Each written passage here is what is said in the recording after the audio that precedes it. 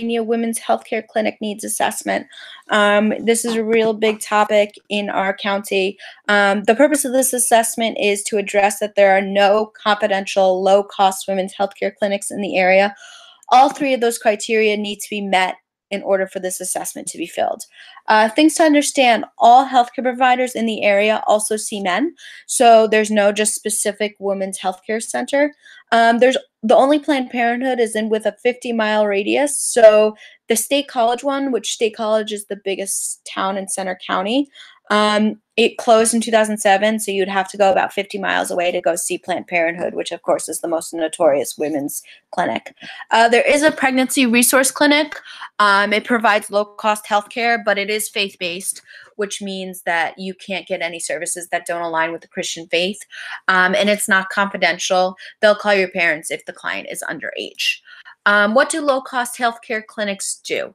Of course, they do contraceptive services and counseling and birth control and other gynecological checkups, but they also do things like diabetes testing and counseling for glaucoma and other things that align with other services that are not necessarily reproductive.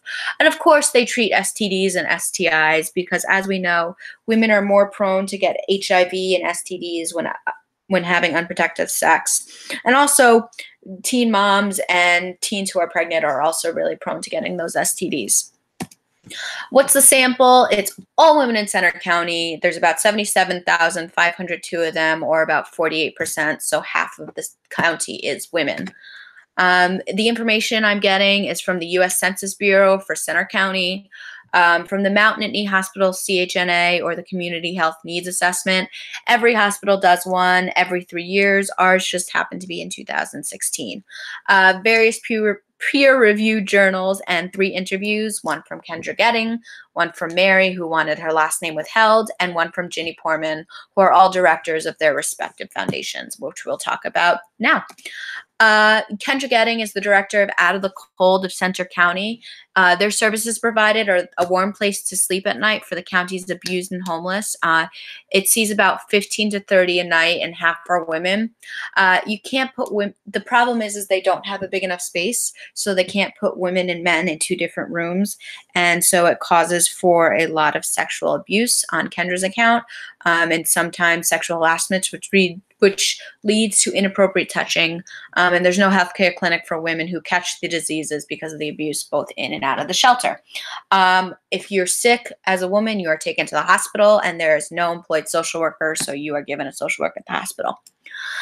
Ginny Porman, who's the director of Hearts for Homeless Shelter, which is the day homeless shelter, provides the homeless with some day care, and it provides lunch and snacks and toiletries. So because 31.5% of the county is made up of poor women, she often runs out of sanitary items like pads and tampons and other things women need.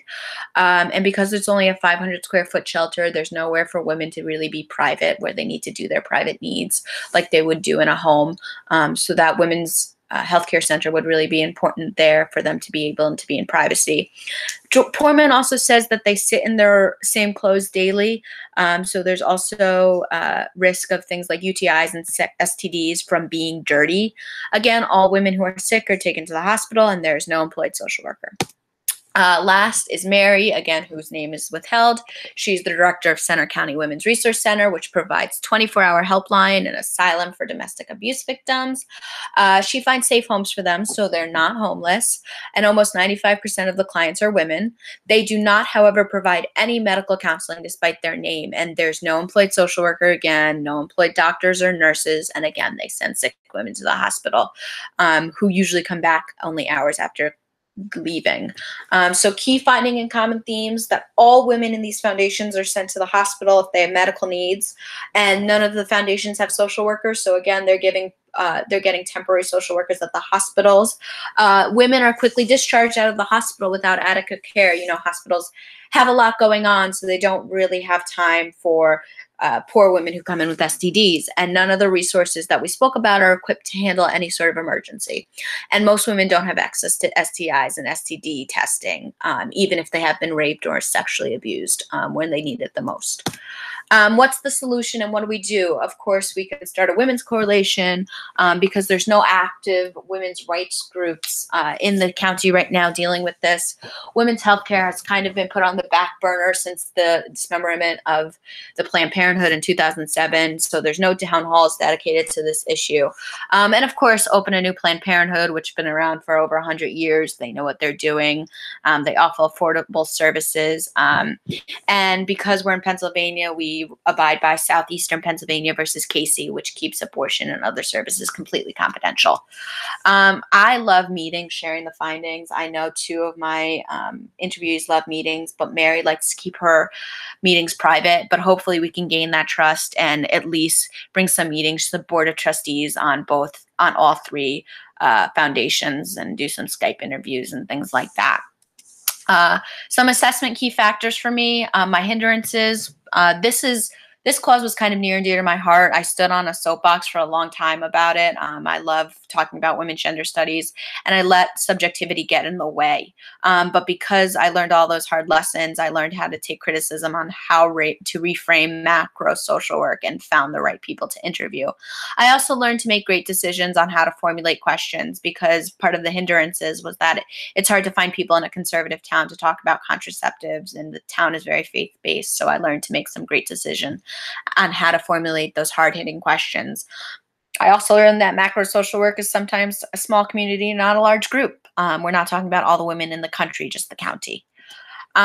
This assessment helped me become a better social worker because the difficulty level was really high. This is a really hard subject with the political climate and the popular climate. It's hard to find people to talk about such a touchy subject. People often don't want to talk about what makes them uncomfortable. So we're talking about birth control and we're talking about women's affordable health care and abortion, and people don't want to talk about what's making them uncomfortable. So finding the way to make people talk about that in like a more concerning way or a more caring way is definitely helped me become a better social worker. And macro social workers wear many hats. I analyzed information from the CHNA and I analyzed information from the Census Bureau. I interviewed a lot of people and I had compassion for all the players in this project, for the women who need these healthcare centers the most. I learned to be a researcher and an organizational leader and an advocate. And here are my sources. And thanks so much. I can't wait to see the rest of your projects.